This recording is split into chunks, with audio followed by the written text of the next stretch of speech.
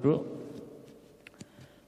Kita akan membuka Alkitab kita, saudara-saudara, dari Kisah Para Rasul pasal 2 ayat 41 sampai 42. Kita membaca 2 ayat saja. Kisah Para Rasul pasal 2. Kita akan belajar tentang gereja yang hidup dalam kuasa doa. Gereja ya, jadi bukan doa personal, tapi ini doa bersama. Gereja yang hidup dalam kuasa doa, Kisah Para Rasul pasal 2, kita baca bersama-sama ayat 41 sampai 42, 1, 2, 3. Orang-orang yang menerima perkataannya itu memberi diri dibaptis, dan pada hari itu jumlah mereka bertambah kira-kira 3.000 jiwa. Mereka bertekun dalam pengajaran rasul-rasul dan dalam persekutuan, dan mereka selalu berkumpul untuk memecahkan roti dan berdoa. Nah, ini yang terakhir yang menjadi penekanan, saudara-saudara.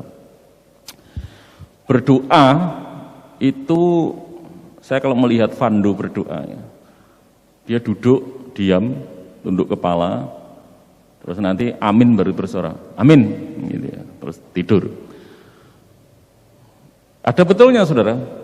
Saya sering mengutip ayat Mazmur ya, berdiam dirilah dan ketahuilah akulah Allah. Diam itu bukan berarti aktivitas rendah. Diam itu bukan berarti pasif ya. Diam itu bukan berarti lemah. Gunung, saudara-saudara, gunung yang besar itu, yang tinggi, kelihatannya diam.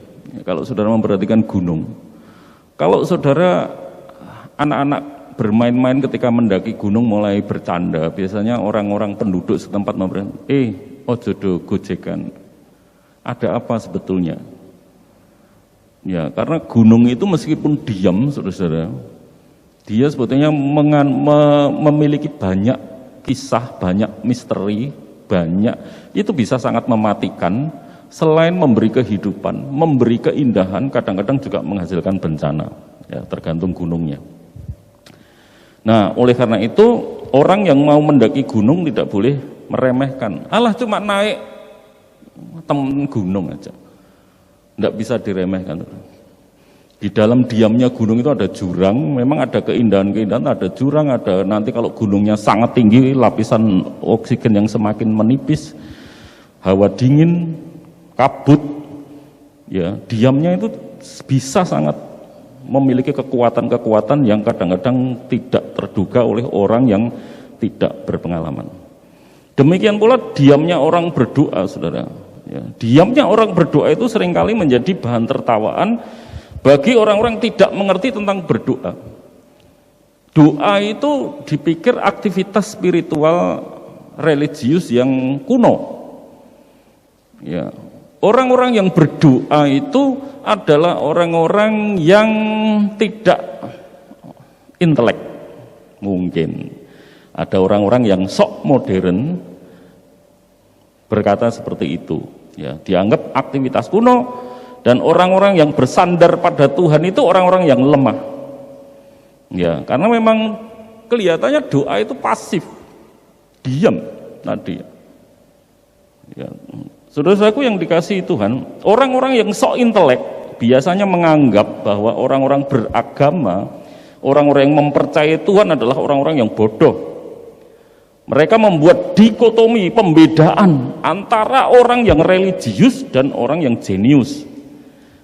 Yang religius mestinya dia bersandar pada Tuhan, tapi orang yang jenius bersandar kepada pikirannya sendiri. Tapi masa toh Pak Tri orang Kristen ada yang seperti ini? Banyak, saudara. Nah, kalau saudara mendengar berkhotbah, kalau saudara percaya, saudara yakin, nah itu kan percaya yakin itu dipikir itu aktivitas otak. Wah, aku percaya, amin, amin. Pokoknya anggar mengandung berkat, amin, amin, amin. Loh, kalau sudah amin, memangnya saudara sudah otomatis percaya. Itu seringkali baru inteleknya yang amin, ya gitu juga ya. Baru inteleknya yang amin, belum percaya benar. Nah, kalau orang-orang yang dianggap jenius, sekali lagi teologi Allah sudah mati itu sekarang sudah berkembang, saudara. Makanya saudara lihat negara-negara yang dulunya Kristen sekarang mulai meninggalkan peribadatan mereka. Ya, mereka sudah meninggalkan karena bagi teolog-teolog Allah sudah mati ini, saudara-saudara, manusia sudah semakin dewasa, itu manusia sudah harusnya semakin dewasa, semakin tidak butuh Tuhan. Ya, sudah tidak butuh Tuhan. Daripada saudara duduk diam berdoa, mendingan saudara bekerja, beraktivitas, menghasilkan uang. Nah, ini adalah orang-orang sok intelek.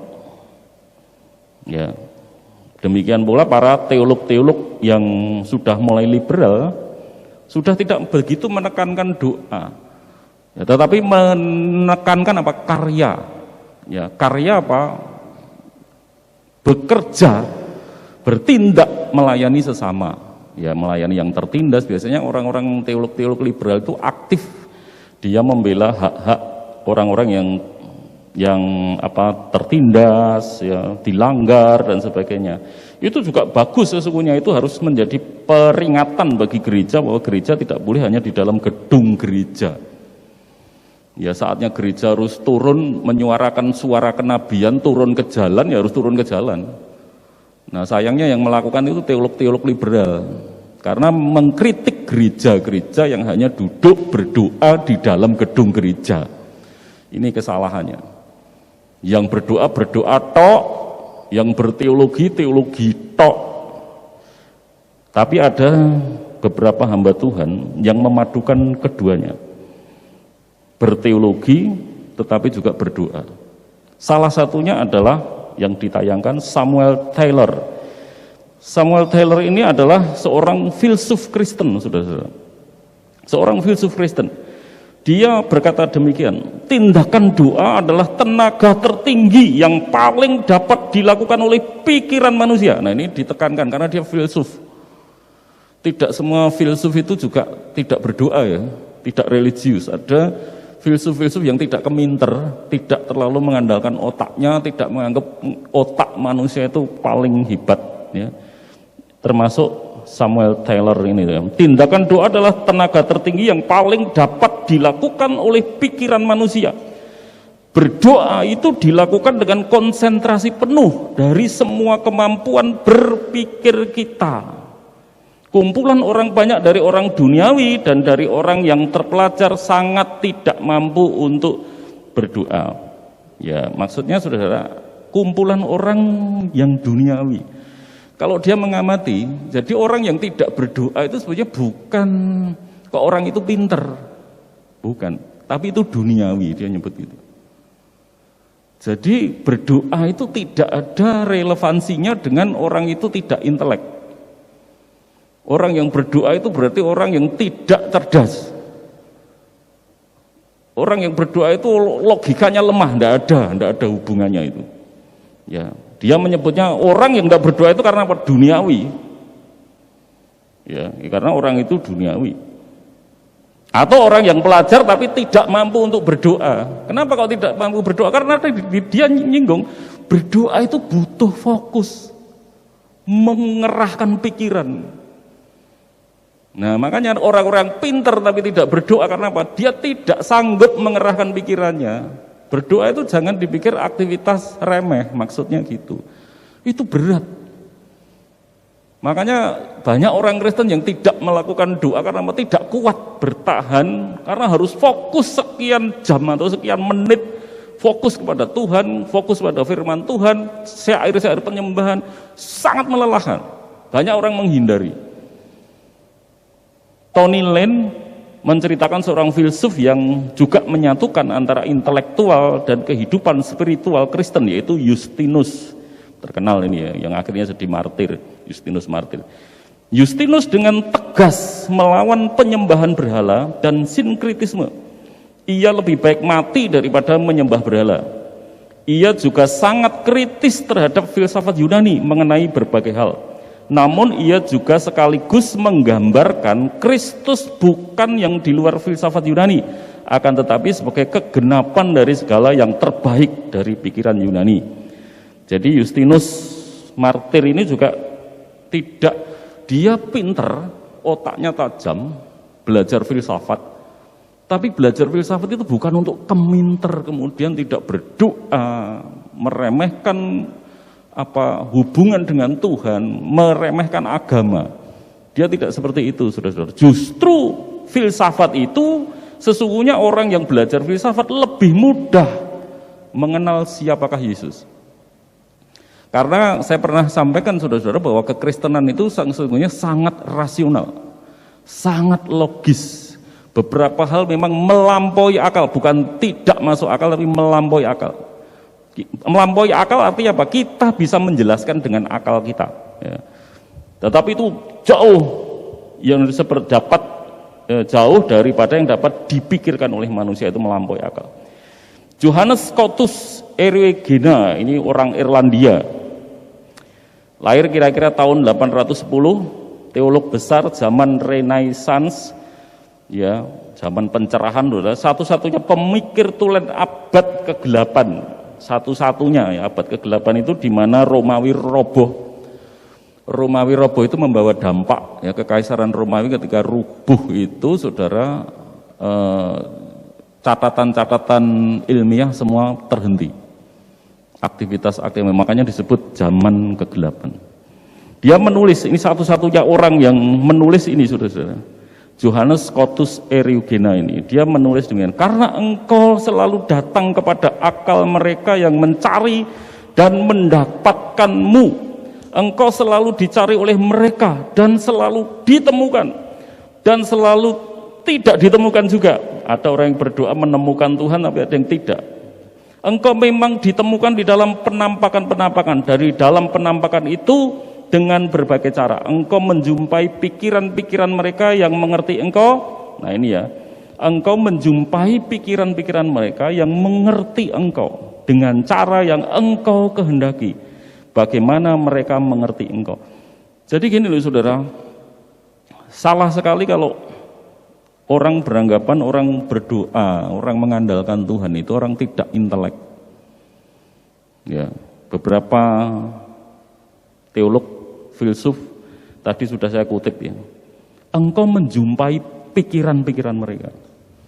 Pikiran-pikiran Agustinus, John Calvin, bapak-bapak gereja ini, kalau saudara baca bukunya, saudara cerdas sekali, teliti sekali. Nah itu pikiran-pikiran yang diterangi oleh Tuhan. Makanya dikatakan engkau menjumpai pikiran-pikiran mereka yang mengerti engkau dengan cara yang engkau kehendaki. Nah jadi intinya saudara-saudara, kalau orang tidak berdoa, itu bukan karena orang itu intelek, orang itu cerdas, orang itu belajar filsafat, orang itu paham tentang pengetahuan sehingga tidak perlu Tuhan. Bukan begitu. Ya, kalau orang itu tidak berdoa seperti yang dikatakan oleh Samuel Taylor tadi, ya karena orang itu duniawi. Simpel saja. Tidak usah kita meremehkan orang Kristen, tidak perlu meremehkan orang yang berdoa seolah-olah orang itu orang kutuk, orang kuno. Ya, hidup dalam doa itu kuno. George Bush, saudara-saudara, ketika dia pertama kali jadi presiden, sambutan dia ngomong tertawa sejak kecil ibu saya itu memaksa saya makan brokoli. Padahal saya itu tidak doyan brokoli, tapi ibu saya selalu memaksa saya makan brokoli. Sekarang saya jadi presiden Amerika, ibu saya sudah tidak bisa memaksa saya makan brokoli. Ya mungkin cuma guyonan ya. Karena presiden itu tidak bisa diperintah, dia yang memberi perintah sekarang. Ketika saya membaca tulisan itu saudara, saya geli gini, orang saya itu tidak makan brokoli, tidak usah jadi presiden. Kalau saudara pun banyak orang-orang yang orang biasa, buruh-buruh, pengangguran yang tidak makan brokoli juga. Ya. Nah, jadi intinya saudara, makan brokoli atau tidak makan brokoli itu bukan masalah orang itu punya kekuasaan atau enggak. Berdoa atau tidak berdoa Itu bukan masalah seseorang itu intelek, cerdas, filsuf atau tidak, saintis atau tidak, orang itu ahli ilmu pengetahuan, enggak ada hubungannya. Saya pernah bilang Einstein itu orang yang sangat rohani. Banyak tokoh-tokoh penemu-penemu yang adalah orang-orang Kristen yang sangat rohani, saudara. Ya, kehebatan tidak identik dengan kehebohan. Ya, dalam diam dan tenang ada kekuatan besar. Gereja yang berdoa tidak selalu saudara terlihat heboh juga. Ya, makanya saudara tadi saya menggarisbawahi doa itu sesungguhnya aktivitas yang terlihat diam. Diamlah dan ketahuilah akulah Allah. Kenapa saya mengidentikan doa itu diam? Karena ruang Maha Kudus di kemah suci maupun di bait Allah, yang di bait Allah ruang Maha Kudus, di mana ada di sana peti untuk kehadiran Tuhan itu, tabut perjanjian, ya, di sana itu tenang sekali. Yang waktu Tuhan Yesus mati tirainya terbelah, itu tirai tebal sekali. Menurut penelitian 30 cm, kainnya itu tebalnya 30 cm. Kain saudara itu berapa mili? Itu 30 cm tebalnya, sobek dari atas bawah. Bayangkan kalau satu ruangan ditutup tirai setebal itu ruang Maha Kudus. Ruang kudusnya di sana itu tidak ada orang, saudara. Yang boleh masuk itu imam-imam. Umat tidak boleh masuk. Umat itu hanya di pekarangan. Itu pasti suasananya senyap sekali. Makanya saudaraku yang dikasihi Tuhan, sesungguhnya doa itu identik dengan, kalau menurut saya, ketenangan. Bisa Benny Hinn sendiri yang tokoh karismatik ya. Sekali lagi saya ngutip tokoh karismatik supaya saudara percaya. Lah gereja kita mungkin gereja Protestan Pak Ti, yang nadanya nada Protestan, ya, kita setelah Protestan Baptis. Benny Hinn itu saudara-saudara, ketika pujian heboh-heboh itu dia tidak muncul, belum muncul. Nanti ketika sekali dia mulai muncul, silahkan saudara lihat YouTube-nya di YouTube ya. Ketika Benny Hinn ya, sekarang dia memang sempat ternoda karena jatuh dalam dosa. Tapi sebelum itu pelayanannya luar biasa. Ya. Setiap dia mulai muncul, saudara, penyembahan roh, tidak ada keberisikan. Yesus ku cinta, ku puji dan sembahmu. Nyawa lagu-lagunya ngerti, haleluya. Tidak ada gedobrak-gedobrak, itu tidak ada. Itu dianggap masih di pelataran. Masuklah ke hadirannya dengan sorak-sorai. Nah, orang masuk di pelataran itu masih heboh. Ketika sudah masuk ruang kudus itu mulai tenang. Semakin tenang, semakin tenang. Nah, makanya saudaraku yang dikasihi Tuhan, kehebatan doa itu tidak identik dengan kehebohannya nyanyiannya. Tidak ada hubungannya itu. Orang-orang karismatik pun tidak seperti itu. Yang karismatik benar loh. Kecuali yang memang gereja entertain ya. Gereja entertain itu memang dirancang supaya orang yang datang senang, itu beda. Tapi kalau saudara menggumuli karunia rohani, ya, saudara mengerti tentang bersekutu dengan Roh Kudus, itu malah hebohnya itu masih jauh, saudara. Kalau saudara masih heboh pujian yang kita lakukan, tepuk tangan, sorak-sorai, jingkrak-jingkrak, itu di pelataran, belum masuk ruang kudus. Ketika orang sudah masuk ruang kudus, sudah tidak ada jingkrak-jingkraknya, tenang semua. Nah, itu yang Benny Hinn mulai memimpin di situ. Ketika jingkrak-jingkrak dia masih di belakang, mungkin minum-minum kopi, ben orang seneng dulu. Kan itu kan memang entertain soalnya, orang masih wah sing seneng musik, seneng banget, sing seneng denger-denger. Karena banyak orang ke gereja itu banyak yang seneng nyanyiannya, musiknya keren, enak, banyak yang gitu, ya ben seneng-seneng dulu. Tapi ketika sudah mulai masuk penyembahan, mulai tenang banget. Nah, gereja yang paling heboh di Alkitab ada, bahasa rohnya hebat sekali. Ada toh, saudara lihat di YouTube, gereja-gereja yang penyembahannya bahasa roh supaya memberi kesan rohani.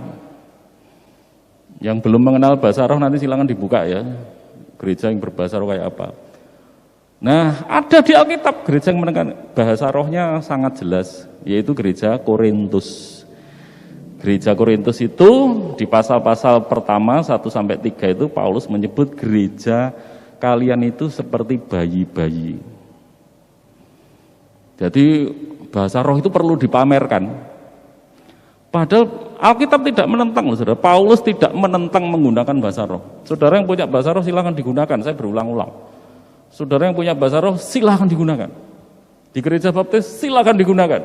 Boleh di mimbar kalau ada yang menafsirkan. Kalau tidak ada, di bawah saja. Bawah saja, tidak perlu dipamerkan ke orang lain. Bahasa roh itu. Tapi kalau di gereja-gereja, hebat banget itu. Karena bahasa roh itu memberi kesan rohani. Wah, ini ada Roh Kudus. Makanya gereja-gereja yang tidak ada bahasa rohnya itu seringkali disebut gereja itu tidak ada Roh Kudusnya. Karena apa? Tidak ada bahasa rohnya. Salah sekali, ngawur banget. Padahal tidak ada hubungannya itu. Ya, tidak ada hubungannya. Justru Roh Kudus itu saudara, kau lembut, kau manis. Roh Kudus itu lembut biang atau suka pamer. Tidak perlu dipamerkan. Ya kecuali saudara memang digerakkan Tuhan mau bicara bahasa roh di depan, asal ada yang menafsirkan boleh. Nah, malam ini saudara kita akan belajar gereja yang seperti apa yang hidup dalam kuasa doa itu. Ayat 42 saudara, mereka bertekun dalam pengajaran rasul-rasul dan dalam persekutuan, dan mereka selalu berkumpul untuk memecahkan roti dan berdoa. Dikatakan dan mereka selalu berkumpul. Berkumpul untuk apa? Satu, memecahkan roti ini mungkin makan bersama, tetapi juga kemungkinan kedua perjamuan kudus. Setiap mereka berkumpul ada perjamuan kudus. Makanya gereja itu harus ada perjamuan kudus. Yang membedakan gereja dengan kumpulan-kumpulan lain adalah perjamuan kudusnya itu ada enggak. Gereja kita 2 bulan sekali ya, karena corona ini dulu sebulan sekali. Lalu dan berdoa, selalu berkumpul untuk memecahkan roti dan berdoa. Jadi selalu, itu gereja mula-mula itu semangat sekali berdoa saudara. Setelah pencurahan Roh Kudus dan sebelum pencurahan Roh Kudus sama saja, mereka bertekun sehati di dalam doa. Semangat mereka adalah ledakan sukacita. Karena apa? Yesus bangkit. Dan setelah Roh Kudus dicurahkan, ya, setelah Roh Kudus dicurahkan, yang ayat 42 yang kita baca ini setelah Roh Kudus dicurahkan itu, karena pasal 2 ayat 1 Roh Kudus dicurahkan, yang kita baca ini Roh Kudus sudah dicurahkan, sukacita mereka meledak luar biasa. Nah, saudara, malam ini kita tidak sedang membicarakan kisah seorang anggota gereja yang bersemangat berdoa, tetapi satu gereja yang semangat berdoa. Nah, mungkin kebanyakan gereja itu ada 1-2 orang yang semangat berdoa. Tetapi yang dimaksud di dalam ayat yang kita baca ini seluruh gereja, anggota gereja semangat berdoa. Nah, makanya untuk menjadi gereja yang hidup di dalam kuasa doa itu sesungguhnya bukan 1-2 orang yang semangat berdoa, tapi seluruh anggota gerejanya semangat berdoa bersama-sama. Itu baru sesuai dengan ayat yang kita baca. Kalau saudara senang bermain bulu tangkis, saudara, Pak pendeta-pendeta itu sering kumpul di tempat pelayanannya Pak Bahtiar, ya. Di sana ada gedung serbaguna di belakang. Itu bisa untuk acara, bisa untuk olahraga, makan, ya. Jadi sekarang sedang tidak digunakan, jadi digunakan untuk lapangan bulu tangkisnya pendeta-pendeta. Nah, bulu tangkis itu saudara, kalau sponsornya, supporternya banyak, bukan sponsor ya, supporternya banyak ya, itu seru. Ketika nyumes, iya, toas, itu wah mantap ya. Tapi nek gerbang loro, nek sing nyoba, ora nek sing nyupporter ya pemainnya rasa semangat. Beda kalau melompat, toas, iya. Semas gitu ya, semakin pemainnya semakin bersemangat, ya mainnya. Nah demikian pula berdoa bersama-sama itu pentingnya.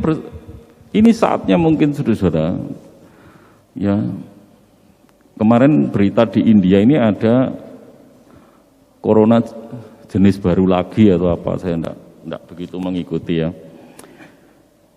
Banyak orang yang mati di sana. Ini corona ini mutasi terus ya, mutasi terus. Ya kalau mutasinya jadi lebih lemah enggak apa-apa, kalau bermutasinya lebih kuat, semakin mematikan lagi nanti. Ya, menurut saya saudaraku yang dikasihi Tuhan, inilah saatnya kita berdoa. Jadi semua itu seperti di muka kita itu kebayang-bayang kematian. Apalagi seperti saya yang putri meninggal karena corona ya. Kalau melihat corona itu rasanya bayang-bayang kematian ini selalu ada di depan saya. Bisa enggak saya menanti kalau kena lagi melewati corona? Pertanyaan saya, bagaimana? Oh, biasanya kebal Pak Tri, ya naik kebal karena yang mati juga ada. Ya. Kalau jenis varian baru yang lebih berat, bagaimana? Makanya saudara-saudaraku ini saatnya kita sungguh-sungguh sebagai gereja. Kalau kita terus dibayang-bayangi corona, kerja ya jadi lumpuh, ekonomi lumpuh, ibadah lumpuh, semua lumpuh. Saudara. Kita harus mengakui lumpuh semuanya. Kalau saudara anggap ibadah dari rumah itu tidak lumpuh, kerja dari rumah mestinya ya jadi standar semua. Faktanya saudara, ketika semua orang di rumah, ekonominya lumpuh. Kalau kita terapkan ibadahnya ya lumpuh sama. Lama, karena gereja itu disebut adalah persekutuan orang percaya. Lumpuh semua pasti. Nah, kalau yang berdoa itu tidak semua anggota gereja, hanya 1, 2, 3, 4 orang yang berdoa. Ya pasti, mamanya saya dan Pak Eko, yuk kita akan mengadakan doa semalam suntuk. Namanya saja doa semalam suntuk, kalau sudah malam pasti suntuk. Pak Eko yang mimpin worship, saya nyanyi ini berdua. Wah, Pak Eko, ku sembah kau. Saya liar-liar lah saudara. Loh, Pak Eko menyanyikan kayak menina bubuk kan, yang di telinga saya nina bubuk. Nek wong loro tok gitu, coba yang nyanyi banyak ya. 50 orang, 100 orang jemaat berdoa bersama-sama menyanyi. Sing ngantuk dadi ra ngantuk, saudara. Tentara maju perang. Ya, tentara maju perang itu biasanya baris dengan menyanyi ya. Tentara-tentara itu kan kalau maju itu sambil bawa manggul senjata sambil menyanyi. Dan langkahnya derapnya bruk bruk bruk. Maju tak gentar gitu ya. Membela yang benar. Nek wong 100 maju bareng. Nek gur dhewean tok tentara loro tok maju tak gentar. Lingak-linguk awake dhewe tok. Tembak loro entek mati wis bar. Banyak itu karena apa saudara? Kena senapan musuh masih ada yang bisa menerobos. Makanya tentara itu harus banyak. Ya. Semangatnya akan beda saudara-saudara. Nah makanya saatnya saya sedang memikirkan, saudara, mikirkan ini piye caranya corona, tetapi kita sebagai gereja harus berdoa. Ya nanti kalau saudara ada usulan-usulan silahkan memberi masukan saya. Saya pengen sebetulnya, ya bukan saya pengen karena ini perintah Tuhan. Gereja, tema kita sore hari ini saudara, gereja yang hidup dalam kuasa doa. Ini bukan hanya sebatas khotbah-khotbah. Doa pagi sudah tidak ada. Ya karena sejak corona ini kita sudah menghilangkan. Ini tinggal Rabu dan Minggu. Padahal corona ini semakin merajalela kalau menurut saya. Merajalela itu bukan semakin kita jauh dari Tuhan, nek saya itu makin dekat. Makin dekat itu tenang loh saudara. Saudara kan kemarin teman saya di Jakarta kena corona, makin marah. Dia baru saja vaksin, kekebalan tubuh belum terbentuk, kena corona.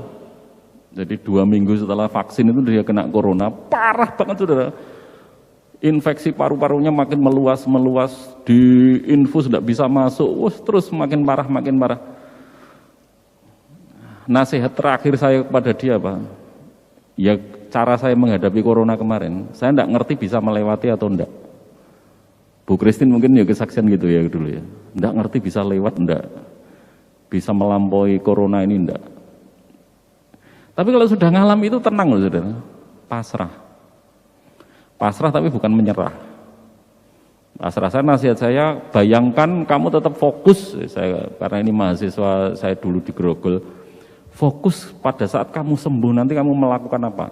Ya melakukan yang baik tentu saja ya. Lakukan apa, dan tapi pasrah, kalaupun harus ternyata kita berhenti sampai di titik ini, ya sudah, enggak apa-apa. Mati adalah keuntungan juga. Enggak mati sekarang, mati kapanpun ya kita mati pasti saudara. Ya.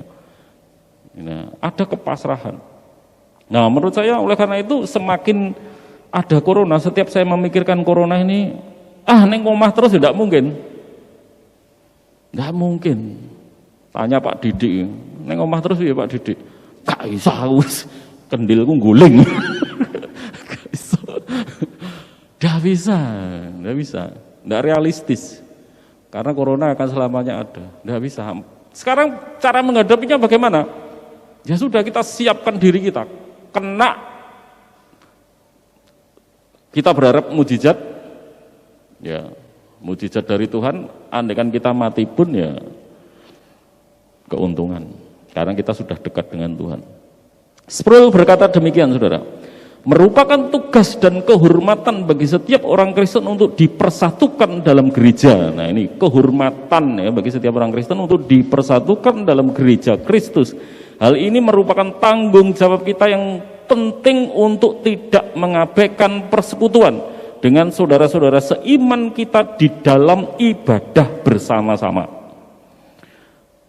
Jadi paham-paham ibadah bersama itu bukan ide saya loh saudara, itu idenya Pak Tri. Enggak.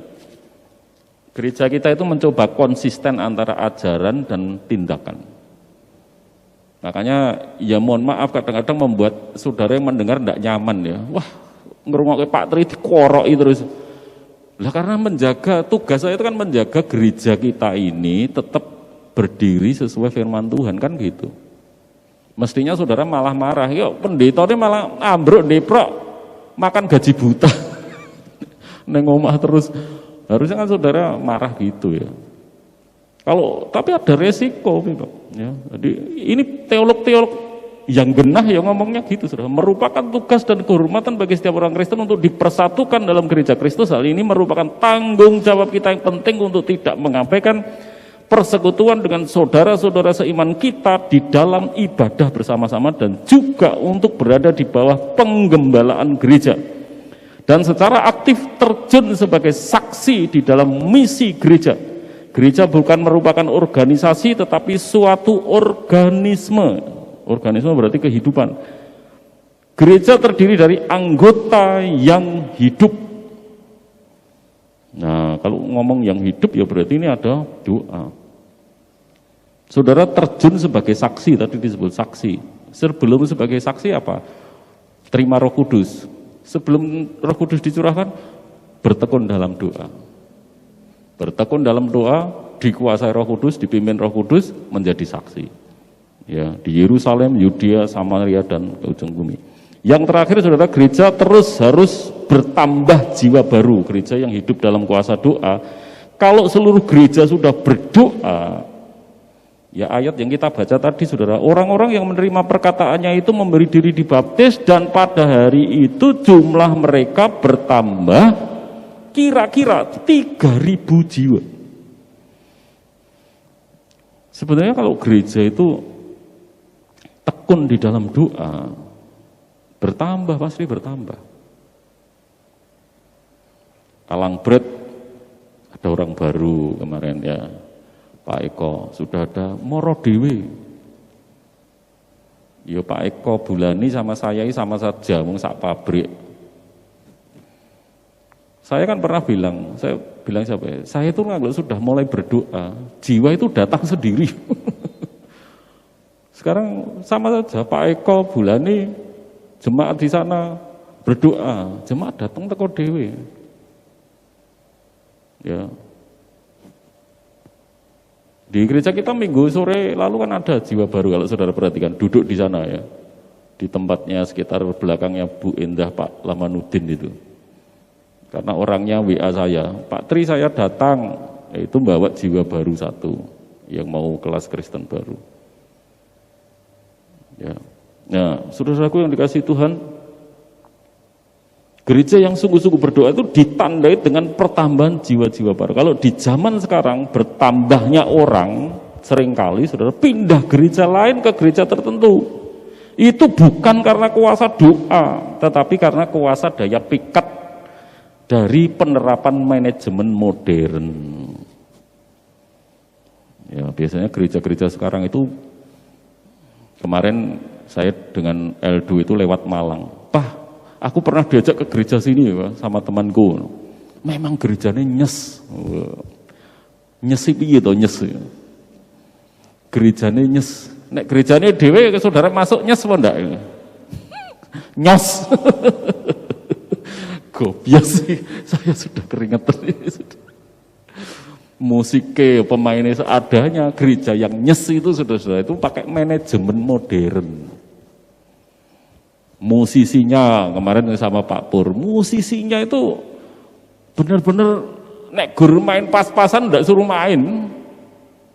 WL kudu penyanyi tenan, suaranya kudu apik, singere kudu apik tenan. Nek sing singer arep mlebu bingung retok. Itu kalau gereja yang nyes, profesional banget, benar-benar profesional banget. Nyes makanya memang dirancang untuk apa? Menarik. Menarik apa? Bukan menarik jiwa baru, menarik gereja sekitarnya supaya pada pindah ke gerejanya. Itu loh. Makanya yang diundang apa? Artis-artis. Saudara, gereja yang di Tulungagung yang heboh sekarang bertumbuh. Saudara tanya aja pendeta-pendeta yang ada. Apakah semua jemaatnya pindah ke sana? Lah pindah ke sana semua. Itu mah bukan gereja yang berdoa, gereja yang menerapkan manajemen modern. Ya, manajemen modern itu mesti apa? Bangunane apik, ngundang artis, alatnya bagus semua, yang tugas bagus semua. Ya. Bukan itu. Kalau itu seperti itu, saudara-saudaraku yang dikasihi Tuhan, ya, dukungannya modal besar. Ya. Padahal gereja-gereja yang mula-mula itu gereja wong kumpul, bertambah 300.000 jiwa, tidak mendatangkan artis, tidak membangun gedung gereja yang ber-AC. Sekarang saya mau saudara mikirnya gini saudara, kira-kira, lu Pak Tri tapi gerejanya dewe kan bagus. Gereja kita itu bangun bukan dalam rangka dulu kalau saudara ingat, bukan dalam rangka untuk menarik jiwa atau persaingan, enggak saudara. Kita ini waktu itu renovasi saja. Gerejanya sudah terocos semua, bangunannya pendek, panas, ya, warnanya sudah jelek, gentengnya sudah sekalian dibongkar, ditinggikan. Cuma gitu aja, menyesuaikan zaman, tapi bukan dirancang untuk menjebak orang supaya tertarik ke gereja kita. Ya, gereja kita masih kalah jauh saudara, dengan gedung-gedung lain di sekitar gereja kita. Ya, supaya tidak ngisi-sini banget. Mari kita berpikir saudara. Kalau di gereja yang nyes, bagus semuanya. Pertanyaan saya, Yesus berkunjung datang. Andai kan Yesus berkunjung datang, akan datang kemana? Itu pertanyaan. Apakah gereja yang nyes itu? Nah, kita kan anak-anak kita mesti milih yang nyes. Nah pertanyaannya, apakah Yesus akan ke sana? Kita pikir itu aja saudara. Apa yang akan dilakukan Yesus ketika hari Minggu dia datang? Andai kan dia secara fisik nampak dan memilih gereja yang mana? Oh mesti yang jelek? Belum tentu juga. Yang jelek setia terhadap firman Tuhan juga enggak. Gitu, tidak sembarang saudara. Kan Tuhan Yesus berkata, kalau aku nanti datang ke dunia, adakah aku menemui iman di muka bumi ini? Yang pasti pertama dicari orang-orang yang beriman sejati, memiliki iman yang sejati berarti mendengarkan firman Tuhan yang sejati. Ya, itu yang pertama.